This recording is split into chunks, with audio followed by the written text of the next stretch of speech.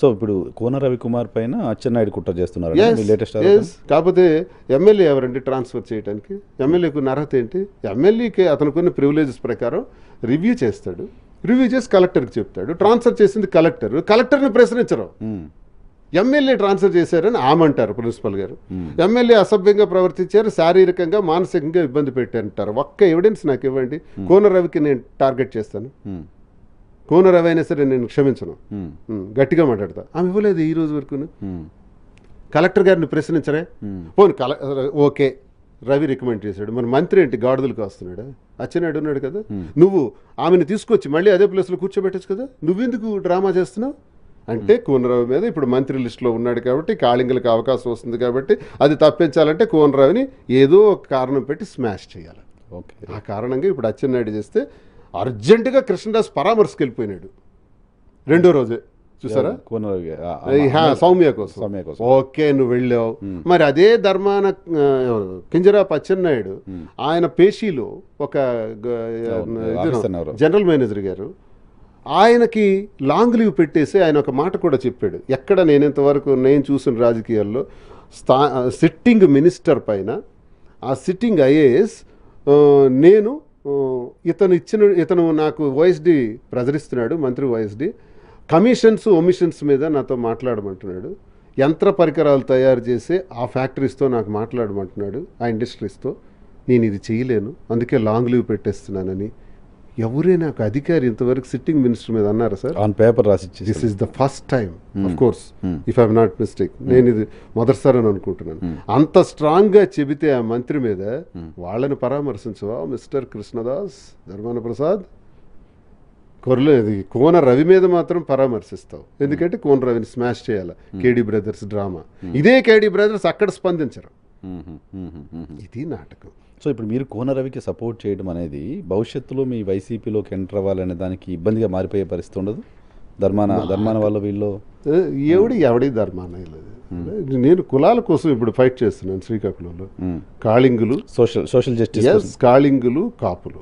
కాళింగులకి కాపుల మీద ఆధారపడి ఉన్నటువంటి ఇతర కులాలన్నింటి మీద మొదటి అగ్రస్థానంలో ఉన్న మేము కళింగులు కానీ కాపులు కానీ మేము ఫైట్ చేస్తాం. వాళ్ళ అభిప్రాయం నాకు తెలియదు కానీ నా యుద్ధం అయితే అలాగే జరుగుతుంది. సో నేను ఈ చేస్తున్న యుద్ధంలో ఎక్కడో 7వ 8వ స్థానంలో ఉన్న వాళ్ళు ఆధిపత్యం ఏంటి, ఇది చంద్రబాబు నాయుడు గారు అర్థం చేసుకోవాలి. ఈ కులాల చర్చలో జరుగుతున్నటువంటి ఈ రాజకీయ క్రీడలో బలవుతున్నటువంటి మాలాంటి వాళ్ళని గుర్తించాలి. ఇప్పుడు కూటమిలో కానీ చంద్రబాబు నాయుడు గారికి కానీ, అంటే వ్యక్తులుగా కదా, మొత్తం కమ్యూనిటీస్గా నష్టం జరుగుతున్నప్పుడు పార్టీలు అడ్రస్ చేయకపోతే పార్టీలకు కూడా నష్టం కదా. నష్టం కదా. ఇది ఏదో వాళ్ళ బలం మీద జరిగిపోతుంది అనుకోకండి. అచ్చెన్నాయుడు గెలుపు మరి ఎలా గెలుస్తున్నాడు అని ప్రశ్నించవచ్చు మీరు. మీరు ఇదే అంటున్నారు కదా, మీరు మీ ఓటు సంఖ్య ఉండేటప్పుడు అలా గెలుస్తున్నారంటే ధర్మాన వాళ్ళు గెలుస్తున్నారు, వీళ్ళ సపోర్ట్ వాళ్ళు గెలుస్తున్నారు. నేను అదే అడుగుతున్నాను. ఇప్పుడు ధర్మాన ప్రసాద్కి టికెట్ తీసి ఇవ్వాలంటే ఎవరికి ఇవ్వాలి? వైసీపీకి గత ఏంటి? కొడుకుని చూపెడతాడు. మరి అదే నర్సన్నపేటలో కృష్ణదాసుకి తీసి టికెట్ ఇవ్వాలంటే ఎవరికి ఇవ్వాలి? కొడుకుని చూపెడతాడు. ఏమి ఇంకా లేరా? నా దగ్గర 10 మంది అభ్యర్థులు ఉన్నారు నరసన్నపేటకి, వెలమ కమ్యూనిటీ నుంచి. శ్రీకాకుళం నుంచి 7-8 మంది ఉన్నారు. వాళ్ళకేమో నీ కొడుకులకే ఇస్తామా? మరి అదే మాట సీతారాం కూడా అడిగాడు కదా, నా కొడుకు ఇవ్వండి అని. మరి ఆయనకి రూల్ వర్తించదా? మిస్టర్ ధర్మాన రవి అని ఒక్కడికి ఇచ్చారు. ఏం కమ్యూనిటీ? అతను కళింగే. ఇవ్వని పర్మిషన్ తీసుకోవాలి, ఆయన కన్విన్స్ చేయాలంటే. ఆయన కన్విన్స్ చేయాల్సిన అవసరం లేదు అనుకుంటే మిమ్మల్ని ఎందుకు ఉంచాలి అంటున్నాను. మిమ్మల్ని కూడా తని తోసేయచ్చు కదా బయటికి. మిమ్మల్ని ఎందుకు మేము భయపడాలి? మిమ్మల్ని ఎందుకు మేము గౌరవించాలి? మా పునాదుల మీద బతికిన వాళ్ళు కదా. మా పునాదుల మీద మీరు మేడలు కడతారా? కూల్చేయమా? 28, 29 రానున్న ఎలక్షన్లో దువ్వాడ శ్రీనివాస్ సంగతి శ్రీకాకుళం జిల్లాలో మారుమూల గ్రామం నుంచి కూడా చూపెడతాను. పవర్ మొత్తం జిల్లా అంతా క్యాండిడేట్లు పెట్టేస్తారా? పెడతాను కూడా. నా వ్యక్తిగతంగా ఇండిపెండెంట్ టీమే రేపు పోటీ మీకే అనౌన్స్ చేస్తున్నాను, మీ ద్వారా చెప్తున్నా. ఇండిపెండెంట్ టీం నడుస్తుంది అన్ని కాన్స్టిట్యున్సీలు. మా శ్రీకాకుళం వరకు 5 కాన్స్టిట్యున్సీల్లో పెడతా. కాళింగ క్యాండిడేట్లు, కాపు క్యాండిడేట్, కాపు ఎక్కడ అవసరాన్ని బట్టి పెడతా.